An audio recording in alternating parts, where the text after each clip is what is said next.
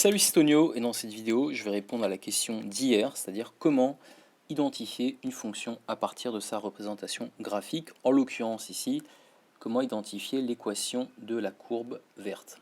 Alors, plusieurs méthodes, on verra plusieurs méthodes au fur et à mesure des vidéos. Celle que je vais te présenter, elle porte un nom, c'est la méthode de translation.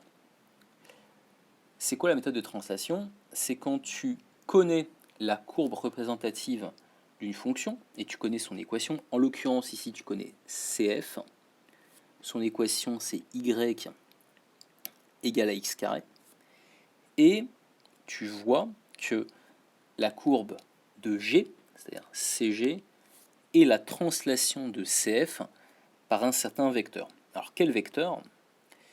Pour ça c'est pas compliqué, tu prends un point caractéristique de ta courbe noir, donc tu vas prendre par exemple le sommet de la parabole, et tu vois que ce sommet, il est transformé en le sommet de CG par une certaine translation qu'on va identifier. Tu vois que tu peux écrire que CG, ok, CG, c'est la translation de CF par un certain vecteur U. Alors, 3i, donc tu vas avancer de 3 unités sur l'axe des abscisses, plus 5j. Tu vas monter de 5 unités sur l'axe des ordonnées. Une fois que tu as identifié ça, je vais donner un théorème extrêmement puissant qui s'appelle le théorème de translation des courbes. Le théorème est le suivant. Si CG s'obtient par translation de CF, que tu connais, de vecteurs MI plus PJ, avec M et P des réels, alors M et P peuvent être nuls. Tu peux avoir une translation de vecteur PJ ou une translation de vecteur MI. Donc M et P peuvent éventuellement être nuls. Alors, l'expression de G de X, c'est F de X moins M plus P. Ici, tu vois quoi? Tu vois que M égale à quoi? M égale à 3 et P égale à 5. Voilà.